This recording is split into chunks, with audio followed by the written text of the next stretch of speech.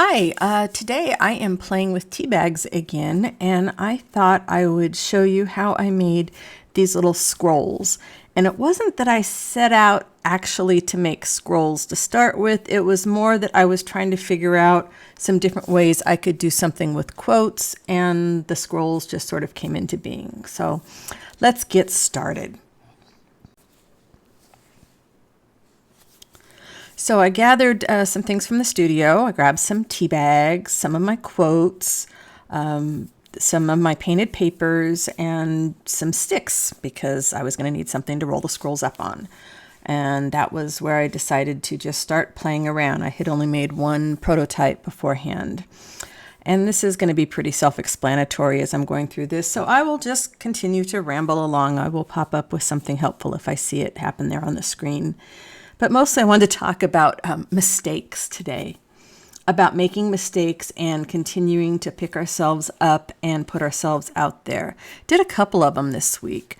The first one was when I did this prototype and I was trying to decide whether it was something worth, what was it any good? Was the first little one that I showed up there, was it any good? Was it worth making a video about? And so I kind of one-handedly held onto the scroll with my hand and then filmed it with the video, and you could see my computer and you could see my holy pants that I was wearing, and I thought I sent it to a friend in a message on Facebook, and instead what I did was post it to my stories on Facebook. Nobody commented, which is probably a good thing, but I still saw that like 55 people had seen it, and let me tell you, that was embarrassing. I didn't discover it for like 6 hours because I was wondering why my friend, who normally responds to me all the time, hadn't gotten back to me about it. So I actually debated whether I was going to go ahead and finish this video. I had done part of it, and I thought, oh man, some people already saw that, and it was silly, and it was stupid, and it wasn't very professional, and maybe I shouldn't do it, and I'm just one big mistake. And I don't know, we get hit with that a lot, don't we? We do that to ourselves because nobody else was sitting out there. I mean, nobody even commented on it. They probably saw it and thought, okay, this isn't for me, and they moved right along, and they may not even associate it with this video when this finally gets posted on Monday. But still, for 4 or 5 hours last night, I felt like crap. I mean, I just, all that negative self-talk that we give ourselves, I did it. I was giving it to myself. And then I got up this morning and I looked at the pictures that I had taken of my scrolls, and I looked again at part of the video, and they made me really happy. And I thought, well, the heck with it. Okay, so I made a mistake yesterday. I made a mistake and I posted something that I didn't want the public to see yet. And you know what? The sky did not fall. Nobody came knocking on my door and said, gee, Susan, you're a dingling. Why do you do stuff like that? The only person that said stuff like that was me. Why do we do that to ourselves? I really want to break that habit. But it seems to be something I do a lot. That was on a small scale. On a larger scale recently, I'm taking a new class, and it's all about doing a lot of internal growth and kind of figuring out how to creatively feel the way I want to feel all the time, because when I feel that successful, professional, artistic feeling, it's going to come through in the way I act, the way I conduct my business, the way I make my videos. It's going to come through on everything. And so the first class met last week, and it was awesome. We meet for Zoom, and then we have homework. And I kind of danced around the homework for a while, and I was going to brainstorm with a friend, and I thought, okay, I need to figure this out. And I asked some questions in the class, and the teacher wasn't available. And I started to panic a little bit. It's like I'm old enough that school is long enough away from me in the past that I shouldn't be having these, oh my gosh, freak out homework kind of feelings. But that's exactly what happened to me. I'm going to stop here and tell you why I did what I did. I crinkle up the paper before I'm going to glue it down because I discovered it didn't lay really nice and flat on the ink pad, and then once it got rolled up, it was going to have all these wrinkles in it. So I decided to put wrinkles in there on purpose, and then just sort of, accent them with the Distress stains there, and that just kind of helped it look more deliberate so that I wasn't like frustrated when it was done that I had wrinkles in it, because of course it's going to get wrinkles in it when it gets rolled up. So, okay, back to my homework. I was alternately frustrated that I didn't understand part of the question, frustrated that the teacher, for whatever reason, was not available, which is totally understandable. They're not at our beck and call all the time. Frustrated with myself for letting the perfectionist out of the back seat. And man, she wanted to drive the car. She was like, nope, I know where we're going and you're heading the wrong direction and this has to be perfect. And, I'm not even going to get a grade in this class. It's not like it's part of a college degree. It's not going to give me a high school diploma. This is self-improvement that I'm doing.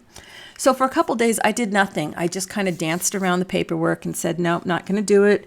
Little Miss Perfectionist kept patting me on the shoulder and said, Neener, Neener, Neener, you are so going to fail at this. And I started to believe her. And I started to think, wow, what a lot of money you are putting into this class. And it's week 1. There's 12 weeks of this. And week 1, you already screwed it up. You already made a mess of this project. You already failed. Wow, that is a heavy brick to tote around my neck all the time, right?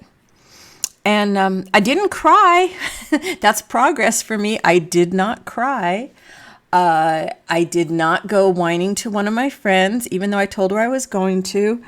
I did not go, I didn't ask for help.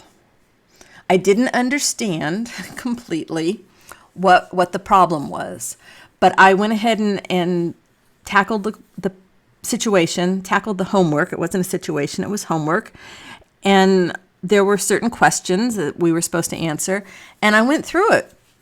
Finally, I did eventually chat it out with one of the other gals that's in the course and asked her a few questions, and we both had a few things that we were kind of in the dark about. And so and everybody else had turned their homework in. We all turn it in. We all see each other's homework.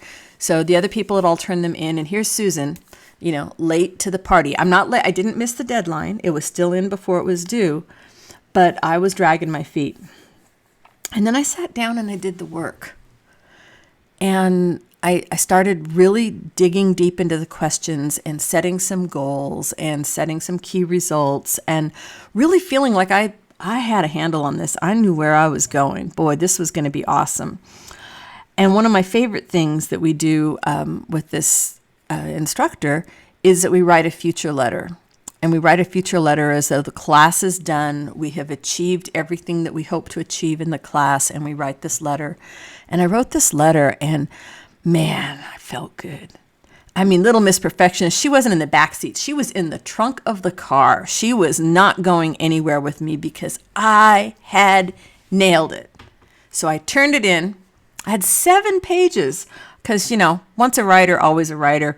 It takes a long time to write short. It doesn't take so long to give in and use all those words. So I turned it in, and I had it, I was feeling really good for about 23 minutes.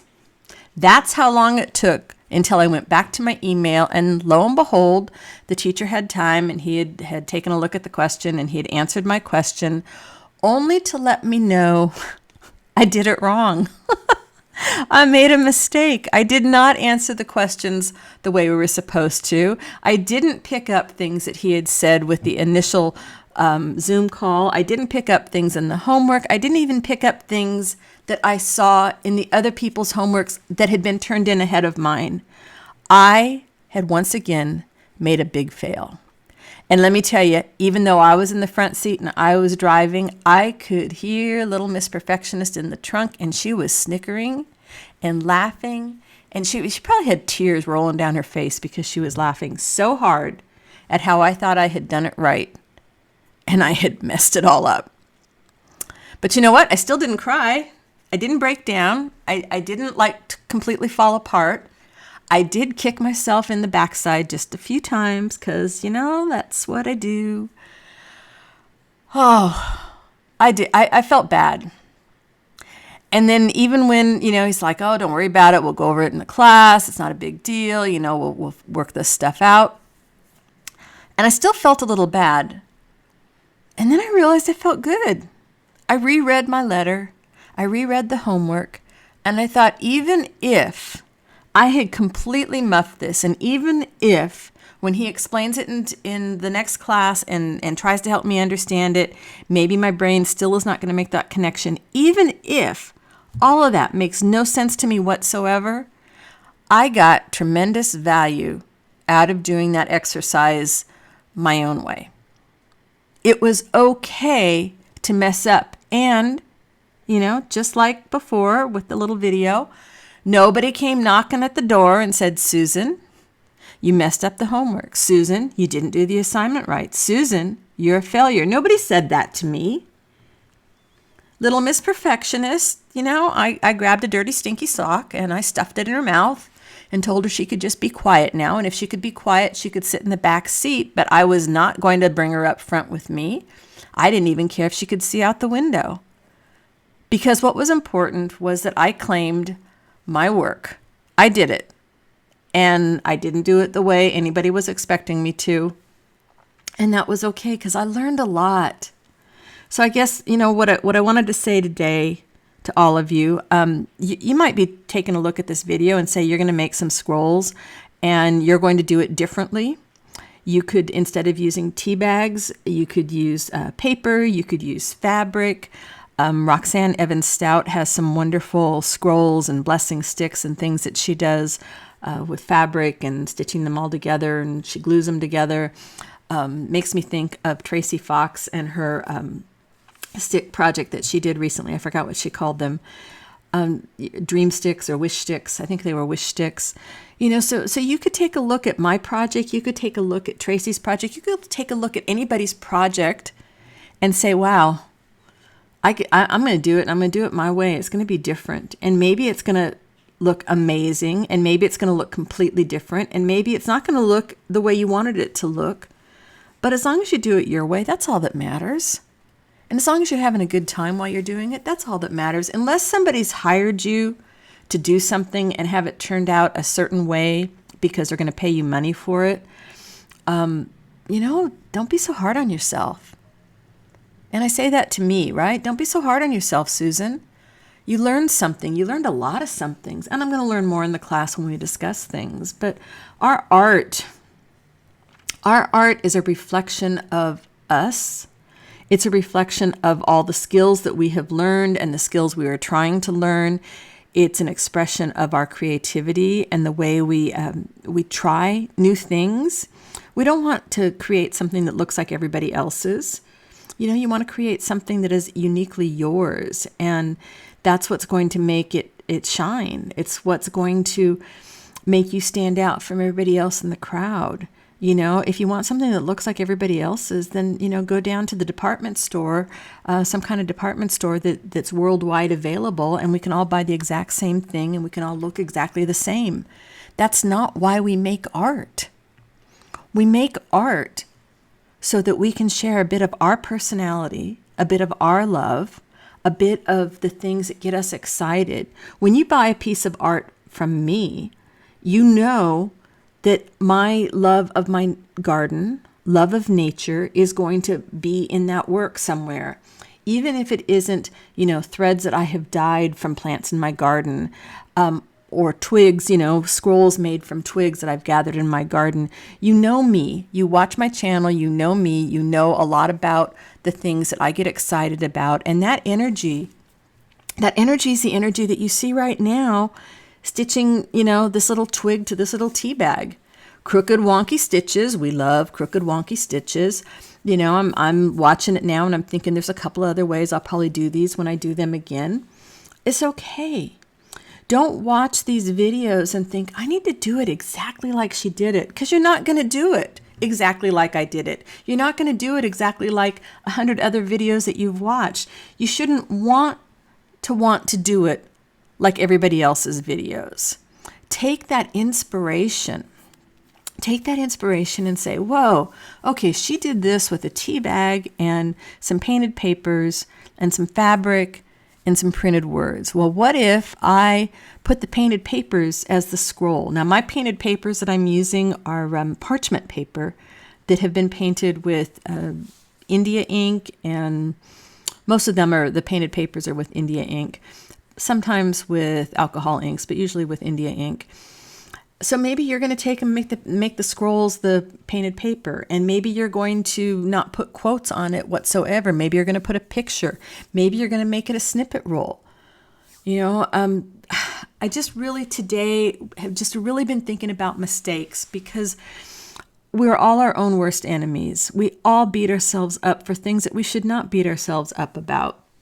And I saw a quote about perfectionism and how, being a perfectionist just means that you are holding back something because you think there's this defect in it. There's this problem. There's just something wrong with it.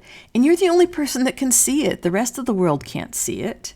Like I said, the rest of the world probably didn't see my little video that I didn't mean to post out there publicly. I mean, yeah, good thing that I didn't have something that, I would have been really embarrassed about for a long term, but that was just a short term, few hours worth of embarrassment, and it's okay. I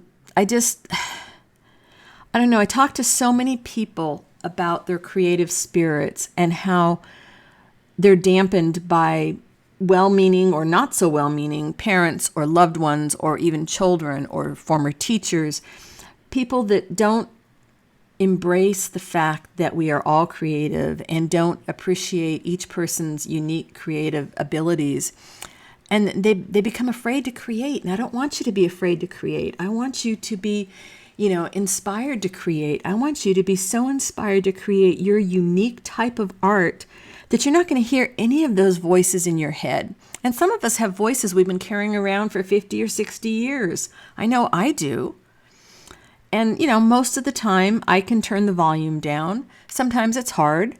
But then I come in here and I tell you guys all about it, and you laugh with me, and you despair with me, and we get over it. Don't let those voices, whether they're in your own head, whether there's somebody in real life telling you it's a mistake, don't listen to them.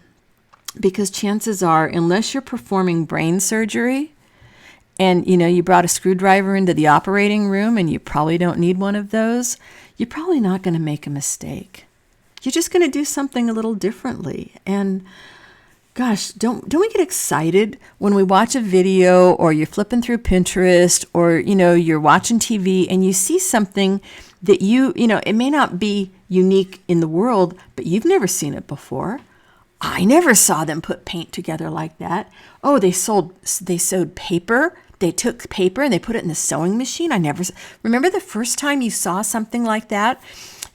Sewing paper just like you would fabric was like mind blown. For me, it was like all the pressure about sewing, all those failed home economics classes, they were gone because it was just paper. I can sew on paper. What's the big deal if I mess up a piece of paper? I got lots of paper. So you see something that you've never seen done before and you're inspired. And then you go do something differently. You go approach your work a little bit differently. And you know what? You inspire somebody else. And that's what we do, right? That's what I want us to do. That's what I want to do. I want to inspire you to inspire somebody else, so that we have all these creative beings bebopping around the world. And yeah, it's a little bit of a, one part flower child, one part, happy dance. I want to be that kind of happy person all the time. And the way I get that way is by sharing my creativity and hoping you guys are going to share your creativity and inspire somebody else. You don't hoard it. There's nothing to be gained, not for you or for the rest of the world, if you hoard that knowledge that you have. Because maybe you know how to do something I don't know how to do. All of you know how to do things I don't know how to do. I don't know things that I don't know how to do. I'm all self-taught. 99% of the stuff that I know how to do is self-taught. I didn't take classes. When I was a writer, I took classes in writing after I was already, making my money as a writer. I took classes in art after I was already selling my art. So we continue to learn, but so much of what we learn is just by this experimentation, by saying, well, what would happen if I put a quote on a tea bag? And what would happen if I rolled it up around a little stick? So what are you experimenting with lately? Tell me in the comments, what are you experimenting with? And tell me, here's where I really need your help, because I'm hearing from all of you that you do enjoy these creative conversations that I have with you while you watch me work, and I enjoy doing them. But I would like to know if there are certain topics that you would like to hear me ramble on about. Is there something artistically that you are struggling with? Is there something creatively that you would like some help, working through? Is there something that you just want to hear me ramble about? Let me know down in the comments some topics, and I will put them on my list, and maybe I'll just pull one out of a hat if I can get enough of them. I'll just pull them out of a hat every week when I do one of these and ramble on about things that are of possible interest. So I'm back to the tea bag scrolls here, and I'm looking at them, and I'm remembering a few different things that I tried. I tried embroidery floss, all 6 strands. That was one look. I tried beads a couple different ways. I think this is just one of those things you could experiment so many different ways. You could come up with a lot of different techniques to close them. I think I'm going to do some next time without the tea bag. I'll do them on regular paper and maybe print the quote actually on the paper and roll them up that way. You could take these and attach some kind of a hook or ring to them, or even at the string that you're winding it up with, and hang them as a charm from your journal. You could glue one end of them onto the page, so then you could unroll it from the page. So I would love it if you do make any of these scrolls, tag me in it so I can come see what you have done. And just, take my idea, take somebody else's idea, twist it, turn it upside down, inside out, and make it your own. Because the more we share all our great ideas, the more great art that's going to be out there in the world. And how cool is that, right? How cool is that to think that, with the internet now, we can go to YouTube, we can go to Pinterest, we can go to Google Images, we can search and find all this great art to inspire us. And I don't know how you do it, but with me, when I need to be inspired, I just go soak it all up. I just pretend like I am just bathing in inspiration for a couple hours. And I soak it up until I can't take any more. And I can kind of tell when I've hit that point. It's sort of like you're pouring, liquid into a glass, and you can tell when you're getting to the top, and you got to slow down. And I can tell it's like, okay, nothing new is hitting me. I'm hitting my Pinterest boards. I'm adding a whole bunch of new pins here. I keep changing boards, keep adding to the new boards. And then suddenly it all starts to look the same. And it's like, okay, I'm full up. The glass is almost ready to overflow. That tells me that it's time to pull back and quit looking for inspiration, and time for me to go grab something to play with. And I think that's really hard. It's that getting started point. When I was writing, it was looking at the blank page. Where am I going to start? Where are the words? How am I going to find something to say? With art, it's like, well, I just finished this thing. What am I supposed to do now? I don't know what to do now. Just play. I did something really crazy today. I had no computer for the last 24 hours. And so I did a real crazy art thing that I took some pictures. I couldn't take any video, couldn't get things to work right on that, but I'll show it to you, whether it works out right or whether it fails, because it could be another mistake. Let's not call it mistakes, right? They're happy accidents. They are opportunities to do something a little differently. But I hope you will not dwell on anything that you think is a mistake. I'm sorry that I let myself dwell as long as I did on things that weren't really mistakes. They were just left turns on the path that I was taking. And okay, maybe posting that video was a little bit of a mistake, but it wasn't a life-altering mistake. It was a bump in the road. And if I could tell my younger self anything, it would be, don't waste so much time when you hit one of those bumps in the road. Don't waste so much time beating yourself up about that. Step over the bump in the road, walk around it, build a bridge, do something, do whatever you need to do to get past it, and then let it go and move on.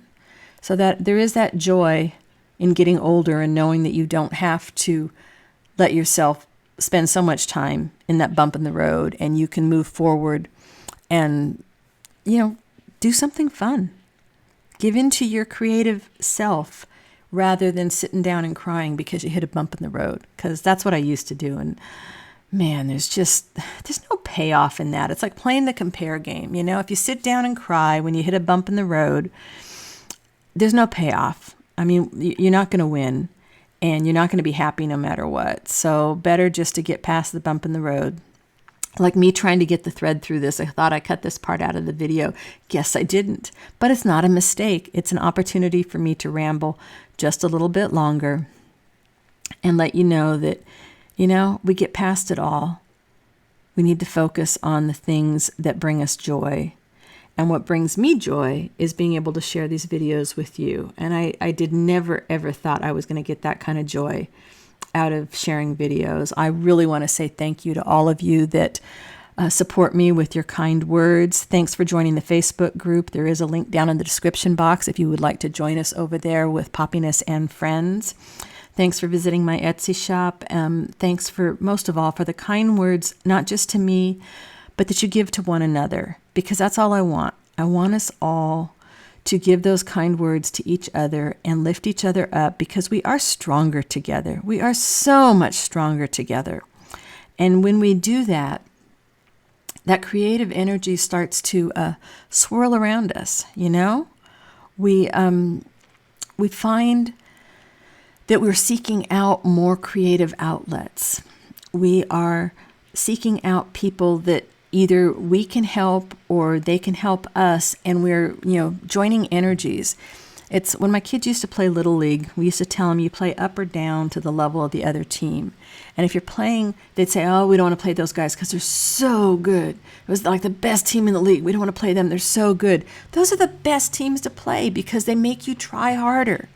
They make you want to be better. They make you want to push yourself a little bit farther than you think you can go.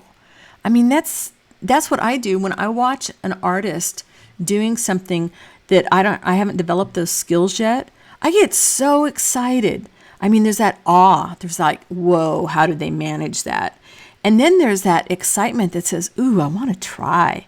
I'm not going to be very good at it for a while, but I can't wait to try. And the more you surround yourself with excellence, the more you are going to want to push yourself to be a better version of yourself, whether that is a better version of an artistic self, a better version of your creative self, a better friend, a better partner. It doesn't matter. Just push yourself always to go that little bit more, because we are all capable of so much more than we think. Don't doubt yourself. You didn't make a mistake. You just did something a little bit differently. That's what I'm going to tell myself today. I didn't make a mistake. I just did something differently, and dang, I learned some neat things. That's all I want to do. I want to learn. I want to keep on learning, and I want to keep sharing what I'm learning. So thank you so much for watching today and for supporting me and for supporting one another. I hope you will join the Facebook group, leave me a comment, leave me a thumbs up, subscribe if you're not already subscribed, and then come back and see me next time for sure. Bye for now.